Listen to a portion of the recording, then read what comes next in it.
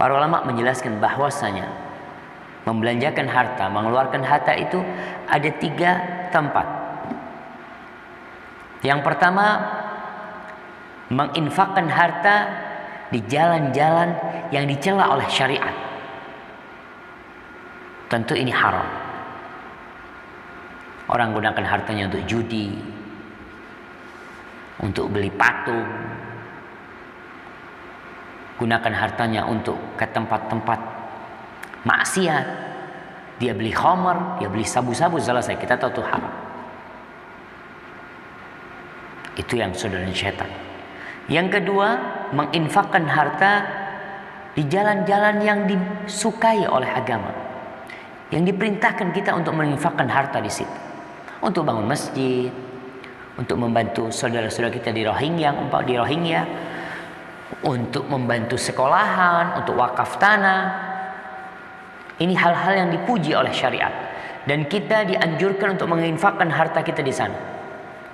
Yang seperti ini ya terpuji, namun dengan catatan. Apa catatannya? Kau tidak boleh berlebih-lebihan, dan kau jangan sampai dengan menginfakkan harta secara berlebih-lebihan akhirnya kau menyesali ketika kau jatuh jadi miskin. Kau mengatakan, andai kata aku tidak memberi, andai kata masih ada sisa yang aku berikan. Karena ada orang-orang yang bersedekah di jalan-jalan kebaikan, akhirnya dia melantarkan anak dan istrinya. Kau dosa. Ustaz, ana menginfakkan di jalan Allah. Nah, ngasih makan anak istri itu jalan Allah. Maka kau harus tahu. Hal kedua ini, bentuk kedua adalah menginfakkan di jalan-jalan yang disyariatkan, tapi dengan catatan yang pertama, tidak boleh berlebih-lebihan. Yang kedua, kau harus ikhlas. Tiada guna engkau membangun sebuah masjid, tiada manfaat engkau membangun sebuah sekolahan, atau engkau mengaspal jalan, atau engkau kalau nggak ngaspal kadangkala paving, atau engkau memberi janda-janda, memberi anak-anak sekolah, ketika engkau tidak ikhlas lillahi ta'ala. Wallahi berat jemaah, babnya berat. Karena tetap kalau yang pertama itu urusannya syahwatnya syahwat kelezatan ke jasmani dia, tapi kalau urusan riya ini kadang-kala kelezatan jiwanya. Dia suka dipuji, suka disanjung. Maka kita perlu berhati-hati dalam masalah ini.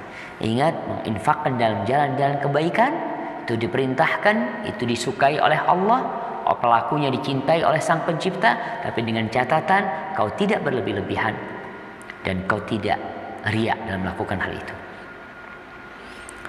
Kemudian model yang ketiga, yaitu menginfakkan hartanya di perkara-perkara yang mubah. Secara hukum asal mubah aja. Seperti hal-hal yang disukai jiwa. Kau mau beli mobil, kau mau perindah rumahmu, engkau mau beli motor, kau mau beli baju, beli jam, beli mas-masan, hal-hal yang mubah. Bagaimana tentang hal-hal yang mubah ini? Ini terbagi menjadi 2. Yang pertama, dia membelanjakan hartanya di hal-hal yang mubah itu yang sesuai dengan kondisi orang itu, sesuai dengan harta yang dia miliki, maka tidak disebut berlebih-lebihan.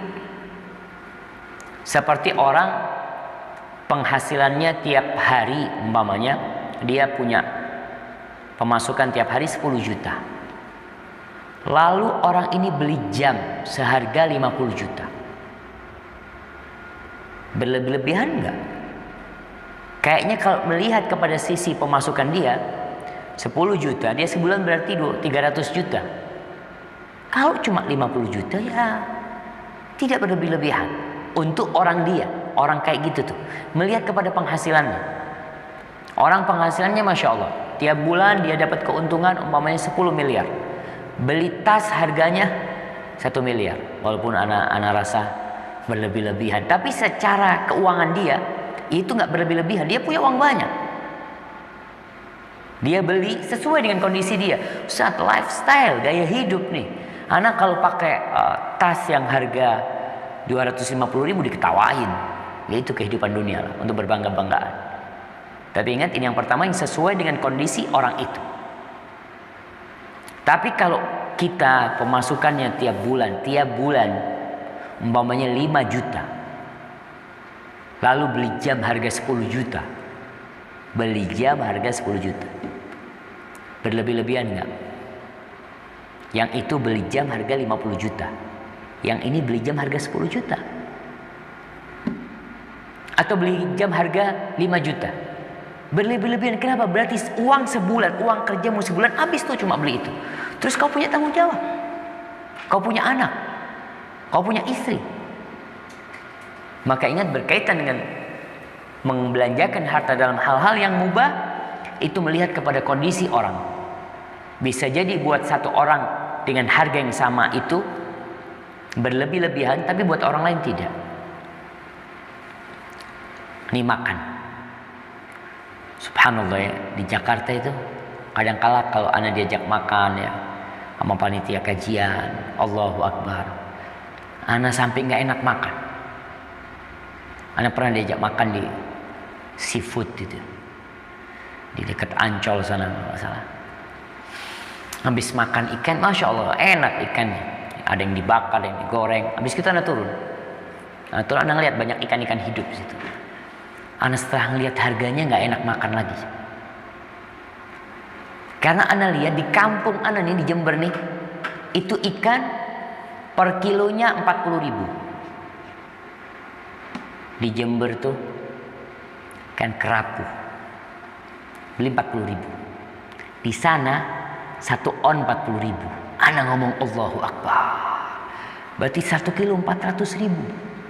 Tapi kalau buat anak beli itu berlebih-lebihan itu. Berlebih-lebihan kau beli ikan 1 onnya 40.000. Tapi buat orang yang memiliki penghasilan lebih, buat dia itu biasa. Maka membelanjakan harta dalam hal-hal yang mubah melihat kepada kondisi orang itu. Ekonomi dia gimana? Bisa jadi buat fulan berlebih-lebihan, buat fulan tidak. Karena dia punya penghasilan, dia cukup. Maka itu tidak berlebih-lebihan. Baik. Yang kedua, ini kita bahas, pertama kita tadi bahas 3 model membelanjakan harta. Yang satu dalam hal-hal yang tidak disyariatkan, haram hukumnya. Yang kedua dalam hal-hal yang disyariatkan, maka kita dianjurkan. Tapi dengan catatan, pertama kita tidak berlebih-lebihan dan tidak riya dalam hal itu. Yang keempat dalam hal-hal yang mubah. Hal-hal yang mubah ini terbagi menjadi 2. Yang pertama adalah yang sesuai dengan kondisi ekonomi itu orang. Wajar tuh dia pakai mobil harganya, ya berapa harga mobilmu? 1,5 miliar umpamanya. Iya wajar. Dia penghasilan sebulan 1 miliar. Berarti dia cukup menabung 3 bulan dapat tuh mobil. Baik. Yang kedua, ini model yang kedua dari yang ketiga yang kita bahas tadi, adalah yang tidak sesuai dengan kondisi dia. Secara tradisi, aduh nggak pantas kau melakukan itu, tidak sesuai. Maka ini terbagi menjadi 2 hal. Yang pertama, dia melakukan itu, kondisinya dia sebenarnya nggak istilahnya itu nggak sesuai lah. Dia beli itu, dia membelanjakan ke tempat itu nggak sesuai. Cuma kadang-kala dia butuh. Dia beli itu karena kebutuhan. Maka di sini tidak berlebih-lebihan buat dia. Walaupun kata orang, kok beli itu sih? Seharusnya enggak, kata dia. Ya cuma aku butuh. Kok kan penghasilanmu? Mau orang beli motor. Kita bicara beli motor. Dia punya penghasilan 1 bulan mamanya, ya sehari 30.000, sebulan 1 juta lah. Ada orang-orang yang gajinya di Jember 700.000. Dia beli motor dengan harga 2,5 juta mamanya. Orang mengatakan, kau kan cukup naik sepeda kalau nggak mampu beli motor. Cuma aku butuh sama motor. Jadi dia tidak berlebih-lebihan. Karena dia butuh. Walaupun secara kondisi ekonomi nggak cukup duitnya dia. Tapi karena kebutuhan, maka tidak termasuk berlebih-lebihan. Nih, kalau kita bilang beli motor dia, cuma minta motor Ana harus beli yang baru. Ya, kalau kau harus beli yang baru, kau berlebih-lebihan. Yang kau butuhkan kan kendaraan yang mengantarkanmu dari rumah ke tempat kerja. Dan itu tidak harus baru. Kalau kau baru, kau akan terjebak kepada hutang yang besar, maka hidupmu akan susah. Karena tadi ada dorongan untuk hidup mewah, untuk tampil beda umpamanya. Tapi kalau yang tadi dia karena butuh, tidak berlebih-lebihan. Kemudian yang kedua, ini model, mudah-mudahan antum bisa ngikutin. Anak ulangin lagi nih. Yang pertama, menginfakkan harta dalam hal yang dibenci oleh syariat, itu haram. Yang kedua, dalam hal yang disyariatkan, itu boleh tanpa berlebih-lebihan dan tanpa riya. Yang ketiga, dalam hal-hal yang mubah. Dalam hal-hal yang mubah ini terbagi menjadi dua. Yang pertama, yang sesuai dengan kondisi orang itu, secara uruf yang kita lihat sesuai lah, dia memang penghasil segitu. Yang kedua, yang tidak sesuai, kondisinya nggak sesuai kau beli itu. Cuma yang ini terbagi menjadi dua. Yang pertama, karena kebutuhan, bukan karena ingin gaya. Yang kedua, bukan karena kebutuhan. Maka jumhur ulama mengatakan yang kedua ini masuk israf, masuk berlebih-lebihan. Tapi jamaah rahimakallah, apa yang menyebabkan orang sekarang hidup berlebih-lebihan, berfoya-foya, menghambur-hamburkan uang di masa sekarang ini dalam kondisi dia nggak butuh? Banyak penyebabnya.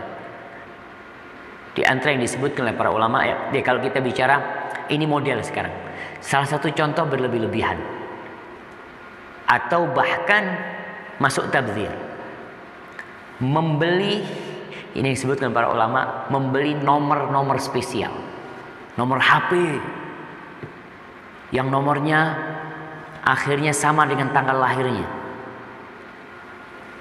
plat nomor mobil, platnya doang nih, platnya doang sama dengan harga mobilnya.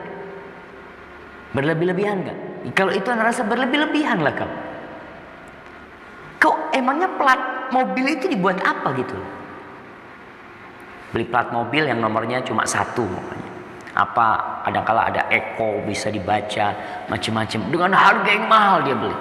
Kalau harganya nggak mahal nggak apa-apa, tapi kadang-kala lebih mahal dari harga mobilnya. Dan ada pelelangan jemaah. Nomor cantik itu subhanallah ya. Di Arab itu nggak tahu, di sini ada nomor cantik yang dijual 1 juta real. 1 juta real 3 miliar setengah. Iya kalau Anda nggak salah baca itu. Jadi seperti itu. Ada orang punya duit memang, tapi kalau itu kan kau bukan kebutuhan. Iya kalau untuk kelezatan kayak kau makan memang di restoran yang mewah, kau punya duit fadl. Tapi kalau plat nomor ini, plat nomor mobil dijual jutaan, kau akan ditanya nanti pada hari kiamat. Kemana kau infakkan harta? Oh, buat beli plat mobil, plat nomornya mobil. Yang manusia itu ingin tampil beda, ingin gampang dikenal. Tapi kalau dia enggak, Anda beli nomor ini yang gampang menghafalnya umpamanya. Tapi ya sekarang orang itu enggak menghafal, udah semuanya di save di nomor HP. Kemudian aksesoris mobil yang tidak dibutuhkan, atau aksesoris rumah yang tidak dibutuhkan, itu masuk berlebih-lebihan. Dan mobil-mobil yang ingin tampil beda kadang-kala sebagian ulama masuk thawbu syuhra. Kita nggak boleh pakai baju syuhra. Baju itu yang kalau kita pakai jadi satu kampung tuh ngeliatin kita tuh, wah fulan gitu ya. Mobil gimana? Sebenarnya memasukkan mobil itu masuk ke sana ketika tujuannya dia bukan kebutuhan, tapi memang untuk tampil beda. Jadi kita jangan berlebih-lebihan dan jangan mubadzir dalam kehidupan ini. Yang di pemerintahan, para pejabat negara juga hati-hati. Karena sempat rame beberapa waktu yang lalu tentang mobilnya para pejabat umpamanya ya, yang terlalu mahal harganya, atau pesta-pesta yang diadakan yang tidak ada faedahnya. Bahkan di situ ada unsur kemaksiatan, itu masuk tuh innal mubadzirina kanu ikhwana syayatin. Orang-orang yang mubadzir itu saudaranya syaitan. Kau untuk pesta-pesta yang kemudian dibuang, Kemudian anda melihat termasuk mubadzir dan termasuk berlebih-lebihan, kayaknya ini mudah-mudahan anda nggak salah, karangan bunga. Karangan bunga. Karangan bunga gede-gede, sempat di Jakarta ribut ada karangan bunga yang akhirnya dibakar. Kau kasihkan ke fakir miskin. Kalau kau lakukan untuk membangun sesuatu yang bermanfaat untuk WC umum atau apa, kau akan dapatkan tuh pahala. Dan ini tidak ada faedahnya sama sekali. Apa manfaatnya? Kemarin ada teman, dia tidak datang ke pernikahan salah satu teman kita. Nah, tanya, bang datang? Aduh nggak datang. Tapi kita kirim karangan bunga. Ana ngomong, bang buat apa bang kirim karangan bunga sama dia? Cuma untuk ditaruh di pinggir jalan. Setelah itu selesai. Ada manfaatnya buat yang menikah? Wallahu a'lam. Kayaknya nggak ada manfaat. Makanya kadang-kala teman-teman ngomong, ya Allah, ahsan dikasih mentahannya, kasih fulusnya itu lebih bermanfaat. Maka bagi orang-orang yang sekarang ribut dengan karangan bunga macam-macam, berikan sesuatu yang lebih bermanfaat buat dia. Duitnya itu buat apa? Ustaz, dia nggak butuh duit, dia butuh, ya kau berikan sesuatu yang bermanfaat buat dia. Kemudian termasuk berlebih-lebihan bikin undangan pernikahan, satu undangan 25.000. Elegan banget. Tulisannya emas macam-macam. Selesai dibaca sama anak, mau dapat tuh, anak pernah dapat undangan, masya Allah bagus banget. Terus anak ngomong, mau dibikin apa nih undangan? Buang ke tempat sampah. Selesai. Kau buang tuh duit tuh. Itu berlebih-lebihan ya ma. Kalau kau mau bikin undangan supaya nggak mubadzir undangan itu, bikin yang bermanfaat. Undangannya di sebuah buku zikir pagi sore. Kau pesen ke percetakan khusus, dikasih belakangnya undangan pernikahan. Insya Allah itu manfaat. Atau kau bikin kalender atau apalah yang ada manfaatnya. Tapi kalau sekedar model tadi karangan bunga yang kemudian dibakar, kemudian dibuang, undangan-undangan seperti itu, Allah, maka mereka nih berusaha untuk dia tidak berlebihan dalam berhati.